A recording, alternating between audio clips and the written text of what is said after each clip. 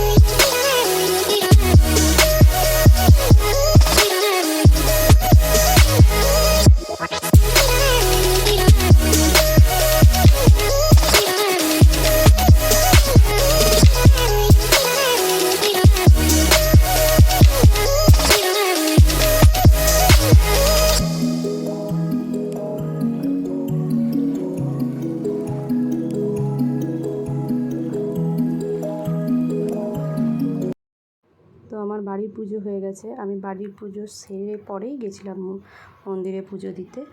আর এবারে একটা কথা তোমাদের বলা হয়নি, আমি এবারে ঠাকুর পেতেছি, যেটা শুক্রবারে পুজো হয়।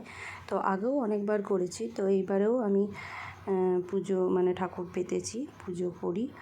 তো এই যে আমার শাশুড়ি এখন করছে। তো আমি পুজো দিয়ে চলে এসেছি, আর এখন আবার বেরিয়েছি, মায়ের মন্দির যাব। তো চলো তোমাদেরকে মায়ের মন্দিরটা ঘুরে দেখাই।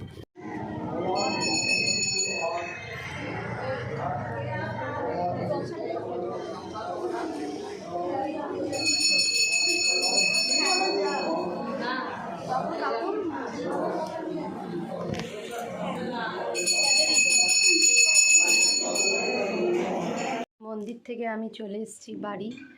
তো এখন এই মন্দিরেই খাওয়া দাওয়া করি, ওখানেই খাওয়া দাওয়া করে একবারে বাড়ি আসি।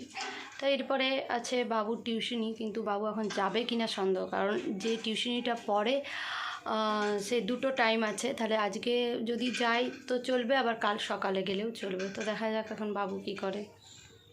যেমন বললাম যে বাবু পড়তে হবে, ও বাবা পড়তে কি যাবে, ওর দাদু আর দিদন এসছে। তাহলে বললো আমি মামা বাড়ি যাব। তখন আমার মা বাবার সাথে মামা বাড়ি যাচ্ছে, যে রেডি হচ্ছে। তো এই যে গোপালকে শুয়ে দিলাম, রাত হয়ে গেছে।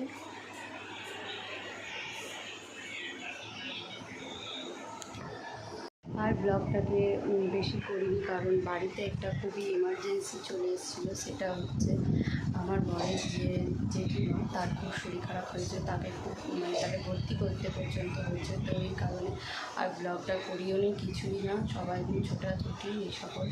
তো যাই হোক, এরই সাথে ব্লগটা শেষ করছি। তোমাদের যদি কিছু ভালো লেগে থাকে তোমরা লাইক, কমেন্ট, শেয়ার এবং সাবস্ক্রাইব করে দেখতে থাকো ব্লগে লিলি।